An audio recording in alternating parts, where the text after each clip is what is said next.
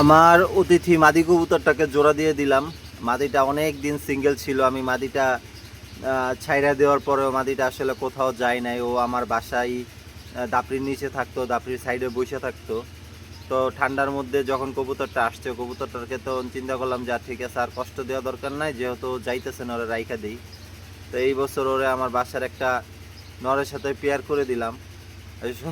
Actually কবুতরটা হচ্ছে ফস্টারের জন্য দিছি, যেহেতু ও পইরা আছে আর আমার কিছু মেইন ব্রিডার কবুতর থরে দিছি, তাই ওকে ফস্টারের জন্য দিছি। তো মাদিটা কালকে ডিম পারছে। আমি অ্যাকচুয়ালি গিরিবাজ কবুতর পাললেও আমি গোল্লা কবুতর খুব পছন্দ করি, কারণ ছোটোবেলায় আমার গোল্লা কবুতর ছিল আমার ফেভারিট। আমি এইখান থেকেই কবুতর পালা শুরু করছি। তো ওদের সাথে আসলে অন্যরকম একটা মায়া, অন্যরকম একটা সম্পর্ক আমার তৈরি হয়ে গেছে। তো সবাই দোয়া করবেন আমার এই মাদিটার জন্য। মাদিটা বাচ্চা করুক, মাদিটা থাকুক, এটা আমার দেখাও শান্তি। অ্যাকচুয়ালি আছে না যে মানুষ ছাদের উপরে কবুতরের সাথে মুরগি পালে, ব্যাপারটা হচ্ছে অনেকটা এরকম। তো আমি এই মাদিটার সাথে পরবর্তীতে একটা কালো গোল্লা নড়াই না পেয়ার দিব। দোয়া করবেন সবাই। আসসালামু আলাইকুম।